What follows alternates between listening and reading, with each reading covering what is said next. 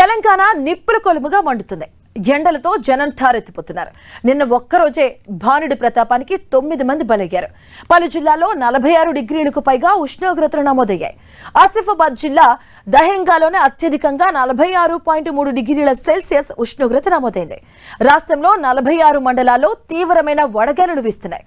మరో 2 రోజుల పాటు ఈ వడగాలుల తీవ్రత కొనసాగుతుందని వాతావరణ శాఖ వెల్లడించింది.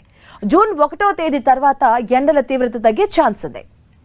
అలాగే రోజు రోజుకు ఎండలు ముదురుతూ ఉండడంతో జనం ఇళ్ల నుంచి బయటికి రావాలంటేనే వణికిపోతున్న పరిస్థితి. ముఖ్యంగా 10 జిల్లాల్లో ఎండలు ఠారెత్తిస్తున్నాయి. ఉష్ణోగ్రతలు 45 డిగ్రీల మార్కును దాటి దూసుకుపోతూ ఉండడంతో జనం ఉక్కపోతతో అల్లాడిపోతున్నారు.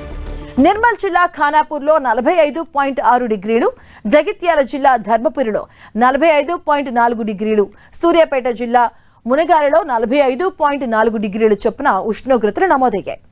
అలాగే ఖమ్మం, మహబూబాబాద్, డోర్నకల్, ములుగు జిల్లా వెంకటాపూర్, అలాగే వరంగల్ జిల్లా సంగెం ప్రాంతాల్లో సైతం రికార్డు స్థాయిలో 45.2 డిగ్రీల సెల్సియస్ ఉష్ణోగ్రత నమోదైంది. ఈ భారీ ఉష్ణోగ్రతలకు తోడు తీవ్రమైన వడగాలులు తోడవడంతో రోడ్లన్నీ మధ్యాహ్నం వేళ జనసంచారం లేక కర్ఫ్యూను తలపిస్తున్నాయి. ఎండల తీవ్రతతో వివిధ జిల్లాల్లో నిన్న వడదెబ్బతో 9 మంది చనిపోయారు.